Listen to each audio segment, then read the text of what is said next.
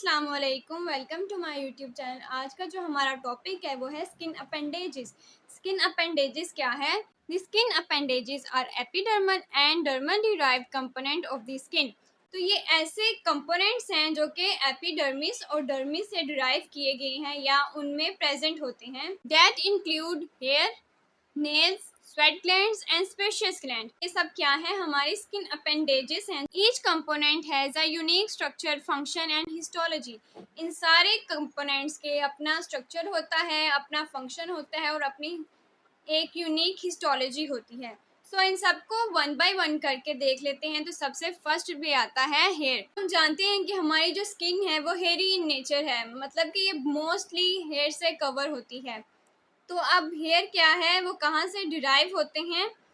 Keratinized filament derived from invagination of basal layer of epidermis into the dermis। तो hair होते हैं एक filaments, क्योंकि ये थिन स्ट्रक्चर होते हैं इसलिए हम इनको फिलामेंट्स कहते हैं, जो कि किससे बने होते हैं? कैराटिन से। कैराटिन एक प्रोटीन है जो कि हमारी हेयर को नरिशमेंट, उसको स्ट्रेंथ और उसके स्ट्रक्चर को मेंटेन करती है। तो हेयर क्या होते हैं? ये कैराटिनाइज्ड फिलामेंट्स होते हैं और ये डिराइव किए जाते हैं from invagination of basal layer of epidermis. Epidermis की डिफरेंट लेयर थी और उसकी जो बेसल लेयर थी, मीन्स के जो उसकी इनर मोस्ट लेयर थी, जिसको हम स्ट्रेटम जर्मिनेटिवम भी कहते थे, उसकी inside invagination to our dermis से क्या बनते हैं? हेयर। फॉर एग्जाम्पल, ये हमारी एपिडर्मिस की इनर मोस्ट लेयर यानी बेसल लेयर है और इसके नीचे आएगी डर्मिस। ये एपिडर्मिस होगी और इसके नीचे आएगी डर्मिस। तो जो हमारे हेयर फॉलिकल हैं वो कैसे बनते हैं? ये बेसल लेयर जब इनसाइड ऐसे इन्वेजिनेट हो जाती है तो कुछ ये ऐसा स्ट्रक्चर बना देती है जिसको हम हेयर फॉलिकल कहते हैं, और इन हेयर फॉलिकल से जनरेट होते हैं हमारे हेयर। नेक्स्ट है distributed over nearly the entire body surface and has some minor protective functions. जो हेयर की डिस्ट्रीब्यूशन है वो ऑलमोस्ट हमारी पूरी बॉडी में ही होती है। कुछ पार्ट्स होते हैं जहाँ पे हेयर प्रेजेंट नहीं होते, इसमें आईलिड्स आ गए, हमारे लिप्स आ गए, इस तरह के कुछ और स्ट्रक्चर्स होते हैं जहाँ पे हेयर प्रेजेंट नहीं होते, लेकिन मोस्टली हमारी पूरी बॉडी जो होती है वो हेयर से कवर होती है। और हेयर के फंक्शंस क्या होते हैं? सबसे पहले आते हैं प्रोटेक्टिव फंक्शंस, जैसे कि यहाँ पे एग्जांपल भी दी हुई है, such as the guarding the head against physical trauma. Means कि जो हमारी स्कैल्प के हेयर होते हैं वो क्या करते हैं? हमारी हेड को अगेंस्ट फिजिकल ट्रॉमा प्रोटेक्ट करते हैं। Next, heat loss. हमारी जो बॉडी होती है उसमें हेयर की कवरिंग जो होती है वो इसलिए होती है ताकि हीट लॉस को प्रिवेंट किया जा सके। एंड सनलाइट, वो कवरिंग होती है, उससे हमारी बॉडी को सनलाइट से भी प्रोटेक्ट किया जाता है।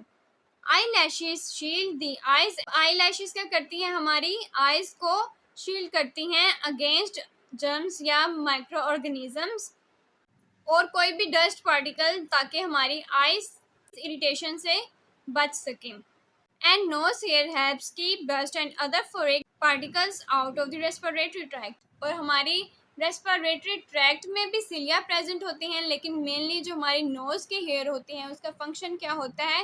उसका फंक्शन होता है फिल्ट्रेशन करना। हम जो एयर ब्रीथ इन करते हैं उसको फिल्ट्रेट किया जाता है ताकि उसमें जितने भी जर्म्स हैं, डस्ट पार्टिकल्स हैं, वो हमारी नोज तक रह जाएं और हमारी इनर बॉडी तक ना जा सकें। तो ये हो गया हमारे हेयर का इंट्रोडक्शन कि हेयर क्या है और उसके फंक्शन क्या है। नेक्स्ट उसके स्ट्रक्चर को देख लेते हैं।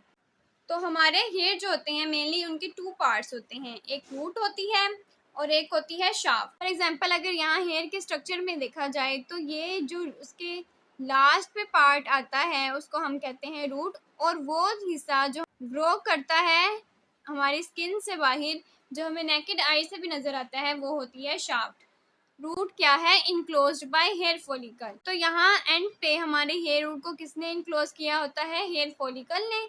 और नेक्स्ट है shaft, project above the surface. Hair का वो पार्ट जो नेकेड आई से नजर आता है उसको हम कहते हैं शाफ्ट। तो अब हेयर फॉलिकल क्या है? It is a tubular invagination, partially epidermis and partially dermal. तो हेयर फॉलिकल है वो सिर्फ एपिडर्मिस से नहीं बनता, बल्कि उसके नीचे जो थोड़ी डर्मिस का पार्ट होता है वो भी इन्वेजिनेट होके क्या बनाता है? हेयर फॉलिकल को बनाता है। इन विच हेयर रूट्स रिजाइड, और यहीं पे होती हैं हमारी हेयर रूट जहाँ से हमारी हेयर की ग्रोथ होती है। The deep end of the follicle is expanded forming a bulb. तो इसका जो डीप एंड होता है, मीन्स कि ये वाला एंड है, ये थोड़ा एक्सपेंडेड होता है, जिसको हम बल्ब कहते हैं। A not of sensory nerve endings, जिसको हम रूट हेयर प्लग्स कहते हैं, रैप्स अराउंड द बल्ब। हमारे स्किन का एक फंक्शन है सेंसेशन प्रोवाइड करना। वो किसकी वजह से होती हैं? एक तो हमारे जो सेंसरी नर्व्स होते हैं स्किन में, उसकी वजह से, और सेकंड जो हेयर रूट में ये रूट हेयर प्लग्स होती हैं, इसकी वजह से। Hair act as a sensitive touch receptors के, अगर किसी चीज़ ने टच किया है तो वो हमारी हेयर की मूवमेंट से हमें पता चला है कि जो हेयर फॉलिकल है उसकी कितनी लेयर होती हैं। वो 3 लेयर होती है, inner root sheath, outer root sheath and connective sheath. ये है हमारे हेयर का स्ट्रक्चर।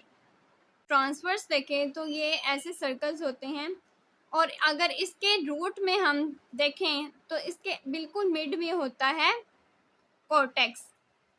कॉर्टेक्स के बाद में आता है मेड्यूला। मेड्यूला के बाद आता है cuticle of the hair.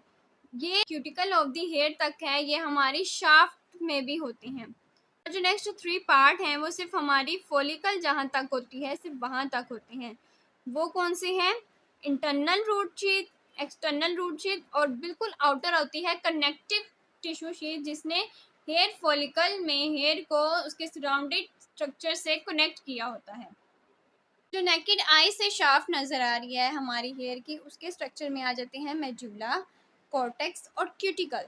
Medulla सिर्फ थिकर हेयर में होती है। इसका मतलब ये है कि जो हमारी मेड्यूला है वो हमारी हेयर को बल्कीनेस प्रोवाइड करती है, थिकनेस प्रोवाइड करती है। नेक्स्ट है कॉर्टेक्स।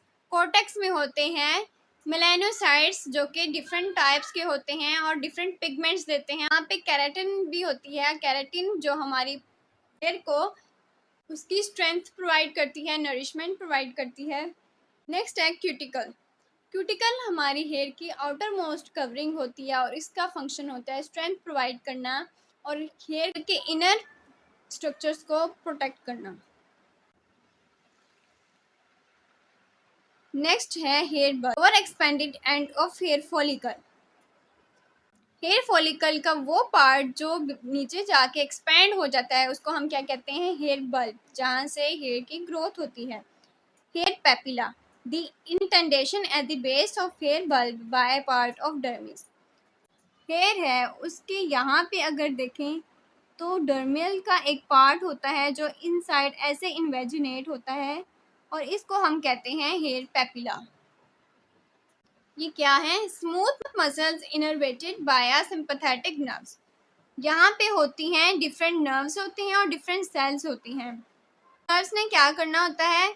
इनर्वेट करना होता है हेयर फॉलिकल्स को। यहाँ पे मसल्स अटैच होते हैं जिसको हम इरेक्टल पिलाई मसल्स कहते हैं, और इस स्मूथ मसल्स को किसने इनोवेट किया होता है? सिंपैथेटिक नर्वस सिस्टम ने, मींस के फाइट और फ्लाइट मोड में। इसलिए जब भी in the state of fear या फिर स्ट्रेस कंडीशन में हमारी जो बॉडी है वहाँ पे गूस बम्प्स क्रिएट हो जाते हैं। गूस बम्प्स जहाँ पे हमारे जो हेयर हैं वो इरेक्ट हो जाते हैं, और वो किसकी वजह से होते हैं?